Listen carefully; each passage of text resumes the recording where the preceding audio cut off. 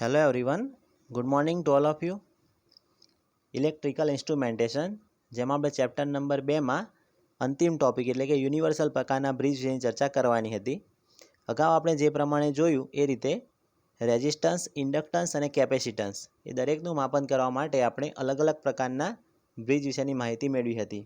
જેમ કે આપણે રેઝિસ્ટન્સનું માપન કરવું હોય તો રેઝિસ્ટન્સનું માપન કરવા માટે સૌપ્રથમ તો આપણે કેલ્વિન ડબલ બ્રિજ, ત્યાર પછી વિસ્ટન બ્રિજ, અર્થ ટેસ્ટર, મેગર અને વોલ્ટમીટર એમીટર આ રીતની જે 5 પદ્ધતિ હતી એ પાંચેય પદ્ધતિની મદદથી આપણે જે અનનોન પ્રકારનો રેઝિસ્ટન્સ હોય એ અનનોન પ્રકારના રેઝિસ્ટન્સનું માપન કરતા હતા. એ જ પ્રમાણે જો આપણે ઇન્ડક્ટન્સનું માપન કરવું હોય તો ઇન્ડક્ટન્સનું માપન કરવા માટે મેક્સવેલ બ્રિજ, ત્યાર પછી મેક્સવેલ વેઇન પ્રકારનો બ્રિજ, ઓવેન પ્રકારનો બ્રિજ અને હે પ્રકારનો બ્રિજ, અલગ અલગ જે 4 બ્રિજ હતા એ બ્રિજની મદદથી આપણે ઇન્ડક્ટન્સનું માપન કરતા હતા. અને અગાઉ આપણે જે પ્રમાણે જોયું કે કેપેસિટન્સનું માપન કરવા માટે ડિસોટી બ્રિજ, ત્યાર પછી સુધારેલ ડિસોટી બ્રિજ અને વેઇન બ્રિજ એની મદદથી આપણે કેપેસિટન્સનું માપન કરતા હતા. અને એ સિવાય ફ્રીક્વન્સીનું માપન કરવા માટે પણ વેઇન પ્રકારના બ્રિજનો ઉપયોગ કરવામાં આવતો હતો.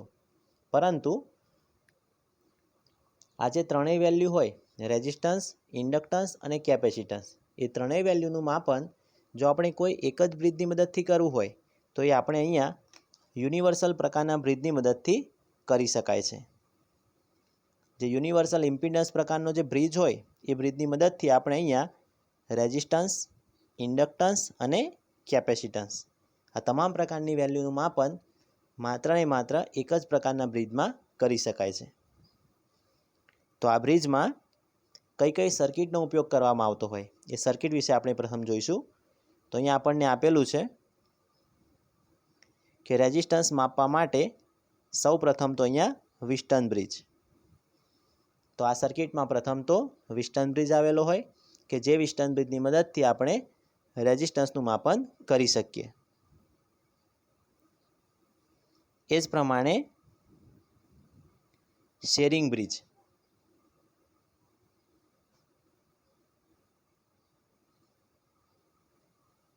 એટલે કે કેપેસિટન્સનું માપન કરવા માટે અહીંયા શેરિંગ બ્રિજ પણ આવેલો હોય એટલે કેપેસિટન્સનું માપન પણ કરી શકાય. અને એ પ્રમાણે ઇન્ડક્ટન્સનું માપન કરવા માટે પણ મેક્સવેલ બ્રિજ આવેલો હોય અને હે બ્રિજ આવેલો હોય. ઓછા ઇન્ડક્ટન્સનું માપન કરવું હોય તો નાના ઇન્ડક્ટન્સના માપન માટે મેક્સવેલ બ્રિજ આવેલો હોય અને જો ઇન્ડક્ટન્સની વેલ્યુ વધુ હોય તો વધુ પ્રકારના ઇન્ડક્ટન્સનું માપન કરવા માટે હે બ્રિજ આવેલો હોય. તો આ રીતે અહીંયા જોઈ શકાય કે યુનિવર્સલ પ્રકારના ઇમ્પિડન્સ બ્રિજમાં આ રીતે અલગ અલગ પ્રકારની સર્કિટો આવેલી હોય અને અલગ અલગ પ્રકારની સર્કિટોની મદદથી જે તમામ વેલ્યુ હોય રેઝિસ્ટન્સ, ઇન્ડક્ટન્સ અને કેપેસિટન્સ એ તમામ વેલ્યુનું માપન આપણે એક જ બ્રિજની મદદથી કરી શકાય છે. હવે આ બ્રિજ કામ કઈ રીતે કરશે એ આપણે જોઈશું અહીંયા. તો પ્રથમ તો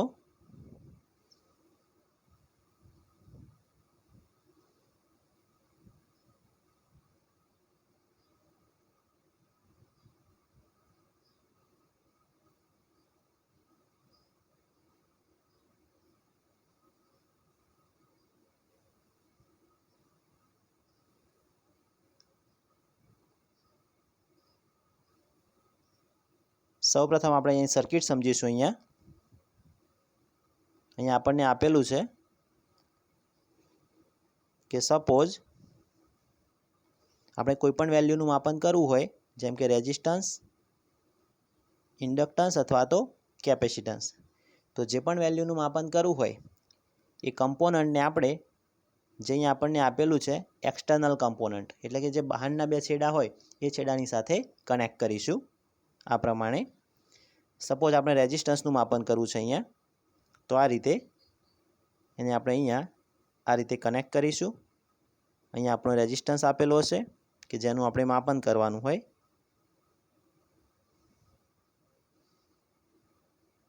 તો આ રીતે આપણે સૌપ્રથમ રેઝિસ્ટરને જે એક્સટર્નલ કમ્પોનન્ટ હોય એ એક્સટર્નલ કમ્પોનન્ટની સાથે કનેક્ટ કરીશું. અને એને કનેક્ટ કર્યા પછી અહીંયા આપણને જે આપેલું છે ફંક્શન, એ ફંક્શનને આપણે સિલેક્ટ કરવાનું છે. એટલે કે આપણે કઈ વેલ્યુનું માપન કરવાનું છે એના માટે ફંક્શનનું આપણે સિલેક્શન કરીશું. તો અહીંયા આપણે રેઝિસ્ટન્સનું માપન કરવાનું છે, એટલા માટે જ્યાં ફંક્શનની સ્વિચ હોય એ ફંક્શનની સ્વિચને આપણે અહીંયા આર બાજુ રાખીશું, કેમ કે આપણે રેઝિસ્ટન્સનું માપન કરવાનું છે. ફંક્શનની સ્વિચ નક્કી થઈ જાય ત્યાર પછી જે આપણે અહીંયા રેન્જ આપેલી છે એ રેન્જ અને અહીંયા જે આપણો સોર્સ આપેલો છે એ રેન્જ અને સોર્સ એ બંનેને આપણે સિલેક્ટ કરીશું. આ પ્રમાણે જે રેન્જ હોય એ રેન્જને આપણે મિડલ રેન્જ રાખીશું. એટલે કે આ રીતે રેન્જને આપણે અહીંયા સૌ પ્રથમ વચ્ચેની બાજુ રાખીશું અને આપણો જે સોર્સ હોય એ સોર્સને આપણે અહીંયા ઇન્ટરનલ પોઝિશન પર રાખીશું. અહીંયા આપણું ગેલ્વેનોમીટર આપેલું છે. અહીંયા જોઈ શકાય કે અહીંયા આપણું ગેલ્વેનોમીટર આપેલું છે. જે ગેલ્વેનોમીટરને આપણે બેલેન્સ કન્ડિશનમાં લાવવાનું છે. જ્યારે ગેલ્વેનોમીટર આપણું બેલેન્સ કન્ડિશનમાં આવી જાય એ વખતે આપણે રેઝિસ્ટન્સનું માપન કરી શકાય છે. તો સૌ પ્રથમ આપણે જે રીતે વાત કરી કે જે પણ કમ્પોનન્ટનું માપન કરવાનું હોય એને આપણે એક્સટર્નલ કમ્પોનન્ટ સાથે જોડીશું. એ બંને છેડાને જોડ્યા પછી જે આપણું ફંક્શન હોય એ ફંક્શનને આપણે સિલેક્ટ કરીશું. એટલે કે ફંક્શનને આપણે રેઝિસ્ટન્સ, ઇન્ડક્ટન્સ કે કેપેસિટન્સ જે વેલ્યુનું માપન કરવાનું હોય એ વેલ્યુ ઉપર રાખીશું. અને ત્યાર પછી જે સોર્સ અને રેન્જ હોય તો રેન્જ આપણે કેટલી રાખવાની છે, તો મધ્યમ પ્રકારની રેન્જ રાખીશું. અને આપણો જે સોર્સ હોય એ સોર્સને આપણે ઇન્ટરનલ પોઝિશન પર રાખીશું. એ નક્કી થઈ જાય ત્યાર પછી જે આપણું ગેલ્વેનોમીટર હોય એ ગેલ્વેનોમીટરને આપણે ચેક કરીશું. તો અહીંયા આપણું જે ગેલ્વેનોમીટર આપેલું છે એ ગેલ્વેનોમીટર આપણે ચેક કરીશું કે ગેલ્વેનોમીટર આપણું શૂન્ય રીડિંગ બતાવવું જોઈએ. એ જ્યારે શૂન્ય રીડિંગ બતાવશે તો એ સમયે આપણો જે બ્રિજ હોય એ બ્રિજ આપણો બેલેન્સ કન્ડિશનમાં આવશે. પરંતુ અહીંયા જો શૂન્ય રીડિંગ ના બતાવતું હોય તો અહીંયા આપણને જે આપેલું છે સેન્સિટિવિટી કંટ્રોલ, એ સેન્સિટિવિટી કંટ્રોલની મદદથી જે આપણું ગેલ્વેનોમીટર હોય એ ગેલ્વેનોમીટરની સેન્સિટિવિટીને આપણે કંટ્રોલ કરીશું. એટલે કે ગેલ્વેનોમીટરનું જે પોઇન્ટર હોય કે પોઇન્ટરની જે સેન્સિટિવિટી હોય, એટલે કે પોઇન્ટર જે પ્રમાણે મૂવમેન્ટ કરતું હોય, ઝડપથી મૂવમેન્ટ કરતું હોય અથવા તો ધીમેથી કરતું હોય, તો એની જે સેન્સિંગ જે લિમિટ હોય એ સેન્સિંગ લિમિટને આપણે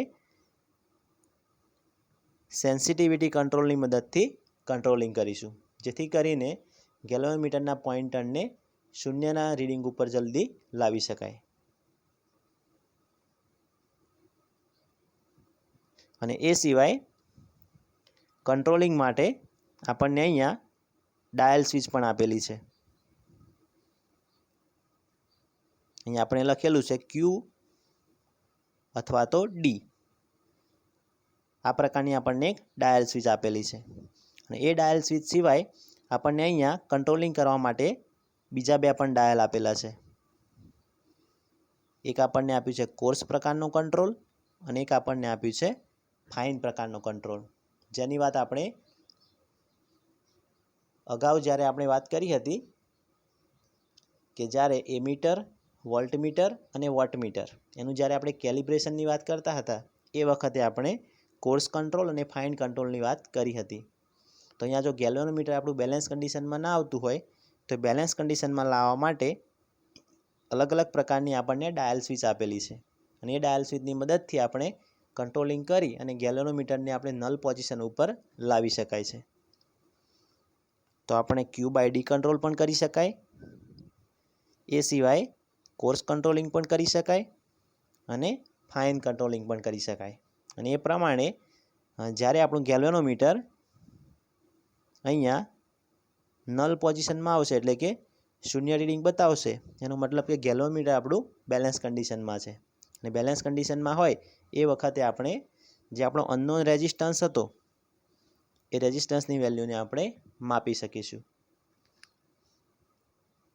તો આ રીતે જે આપણો યુનિવર્સલ ઇમ્પિડન્સ બ્રિજ હોય એ યુનિવર્સલ ઇમ્પિડન્સ બ્રિજની મદદથી રેઝિસ્ટન્સ, ઇન્ડક્ટન્સ અને કેપેસિટન્સ એ દરેક વેલ્યુનું માપન આપણે કરી શકાય છે. અને આ દરેક વેલ્યુનું માપન કરવા માટે યુનિવર્સલ ઇમ્પિડન્સ બ્રિજમાં આ રીતે અલગ અલગ પ્રકારની સર્કિટો આવેલી હોય. અને જે પ્રમાણે આપણે વાત કરી એ પ્રમાણે જેનું પણ માપન કરવાનું હોય એને આપણે અહીંયા એક્સટર્નલ કમ્પોનન્ટમાં જોડીશું અને ત્યાર પછી ફંક્શન નક્કી કરીશું. જેનું માપન કરવાનું હોય ફંક્શન સ્વિચને એ પોઈન્ટ ઉપર રાખીશું. એ સિવાય રેન્જને આપણે મીડિયમ રાખીશું અને ત્યાર પછી આપણો જે સોર્સ હોય એ સોર્સને આપણે અહીંયા ઇન્ટરનલ પોઝિશન પર રાખવાનો છે. અને એટલું સેટિંગ કર્યા પછી જે આપણું ગેલ્વેનોમીટર હોય એ ગેલ્વેનોમીટરનું આપણે રીડિંગ ચેક કરવાનું. જો ગેલ્વેનોમીટર આપણું શૂન્ય પોઝિશન પર ના હોય તો એને શૂન્ય પોઝિશન પર લાવવા માટે સૌપ્રથમ આપણે એની પોઈન્ટરની જે સેન્સિટિવિટી હોય એ પોઈન્ટરની સેન્સિટિવિટીનું કંટ્રોલિંગ કરીશું. એટલે પોઈન્ટરનું જે મૂવમેન્ટ થતું હોય એ મૂવમેન્ટને આપણે કંટ્રોલિંગમાં કરીશું. અને મૂવમેન્ટને કંટ્રોલિંગમાં કર્યા પછી જે અલગ અલગ પ્રકારના કંટ્રોલ હોય જેમ કે QD કંટ્રોલ, કોર્સ કંટ્રોલ અને ફાઇન પ્રકારનો કંટ્રોલ, એ તમામ પ્રકારના ડાયલ સ્વિચની મદદથી ગેલ્વેનોમીટરનું આપણે કંટ્રોલિંગ કરીશું. અને ગેલ્વેનોમીટરને કંટ્રોલિંગ કરી અને જ્યારે એ પોતે નલ કન્ડિશનમાં આવશે એટલે કે શૂન્ય રીડિંગ બતાવશે તો એ વખતે જે અનનોન રેઝિસ્ટન્સ, ઇન્ડક્ટન્સ, જે કેપેસિટન્સ હોય એ તમામ વેલ્યુનું આપણે માપન કરી શકાય છે. અને G2ની દ્રષ્ટિએ પણ યુનિવર્સલ ઇમ્પિડન્સ બ્રિજ એ ખૂબ જ અગત્યનો ક્વેશ્ચન કહી શકાય. લાસ્ટ 5 કે 6 એક્ઝામમાં દરેક વખતે આ ક્વેશ્ચન રિપીટ થયો છે. તો આ ક્વેશ્ચન ઉપર આપણે ખાસ ભાર મૂકીશું કેમ કે G2ની દ્રષ્ટિએ આ ક્વેશ્ચનને ખૂબ જ અગત્યનો ગણી શકાય. તો ચેપ્ટર નંબર 2માં પ્રથમ ભાગમાં આપણે સૌપ્રથમ પોટેન્શિયોમીટર વિશે વાત કરી અને બીજા ભાગમાં આપણે અલગ અલગ પ્રકારની બ્રિજ પદ્ધતિ વિશે વાત કરી. અને બ્રિજ પદ્ધતિમાં પણ રેઝિસ્ટન્સ, ઇન્ડક્ટન્સ, કેપેસિટન્સ અને ફ્રીક્વન્સી આ દરેકનું માપન કરવા માટે જે બ્રિજ વપરાતા હોય એ દરેક બ્રિજની આપણે સર્કિટ ડાયાગ્રામનો અભ્યાસ કર્યો અને દરેકના આપણે મેથેમેટિકલ ઇક્વેશન જોયા. અને ત્યાર પછી આજના લેક્ચરમાં આપણે દરેક વેલ્યુનું જો માપન કરવું હોય R, L અને C તો દરેક વેલ્યુનું એક જ બ્રિજમાં માપન કરવા માટે જે યુનિવર્સલ ઇમ્પિડન્સ બ્રિજ વપરાય તો એ યુનિવર્સલ ઇમ્પિડન્સ બ્રિજ વિશે આપણે ડાયાગ્રામ અને કઈ રીતના એ વર્કિંગ કરે છે એ વિશેનો આપણે ખ્યાલ મેળવ્યો.